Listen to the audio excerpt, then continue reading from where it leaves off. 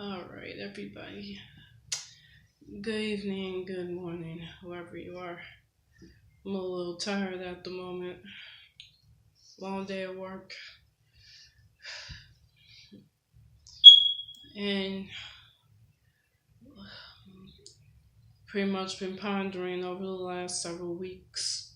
Still not over Chester Bennington's suicide, so to speak. Yes, it's true. It's taken me longer to stop grieving, but it's just inevitable to me right now. Especially the fact that my depression resurfaced just shortly thereafter, like just days after his suicide. But I guarantee you, it just makes no sense to me at all. And also the fact that he actually died on Chris Cornell's 53rd birthday. Well, would have been, actually. But let me just say one thing. Depression is just a really much of a dream killer. In, for lack of a better term. But still, it just don't. Most people are just gonna say snap out of it, just be happy or whatever, but it's not that simple. Depression can really get a person down, and it can be very severe. Not that it matters to most people because they're just ignorant towards the fact because of the stigma attached to mental illness, and I wish that would stop right there. Oh, best I can tell you is that ask them how they're feeling rather than just putting off with the stigma and attaching yourself to it. I mean, it may be a lot worse than you think because you're only assuming that they're just seeking for attention rather than dealing with help, getting help. And I should know. I've suffered depression for just a little over 3 years. It was hard for me to even deal with that at first when I had my diagnosis from my therapist. All I can say right now is that after watching the summit January 31st with Chester Bennington's and Marshall's wives, Talinda and Anna, as well as their production guy Jim,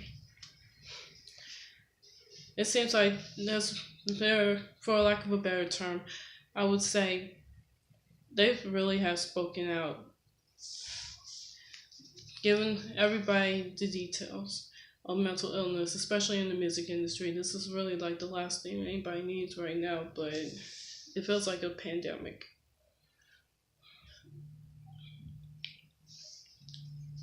Well, watching that summit just hopefully opened a lot of eyes to people who don't really suffer from it. And I would say that it's been a real drag that most people won't believe what anybody else says. I mean, anybody can just take advantage of a person with mental illness or use it against them for their own sake just to make the person feel even worse than they already are. But let me tell you something. For the ones who are suffering it, you are not alone. It is not your fault. No one asks for having a mental illness. The only thing that's keeping me alive right now is writing positive affirmations, poetry, even in my journal. And I can say that's doing a lot of justice for me right now. But hey, I never really asked anybody in my family who's actually suffered from a mental illness, and that's pretty much my mistake right there. Hopefully I'll do that tomorrow.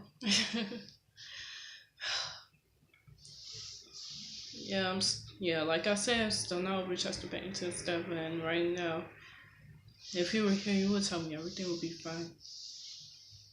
And there's nothing to be afraid of, and just keep going, making him proud. And shout out to Talinda. I really do feel for you right now. I'm glad that you're spreading the word of mental health. And just keep going and make Chester proud. You're an inspiration. to me and so many others. Well, I got dinner to make right now. So this was my first one in years on YouTube. My first video. Just a bit of a video journal, just to keep this momentum going. Hopefully. Good night to all.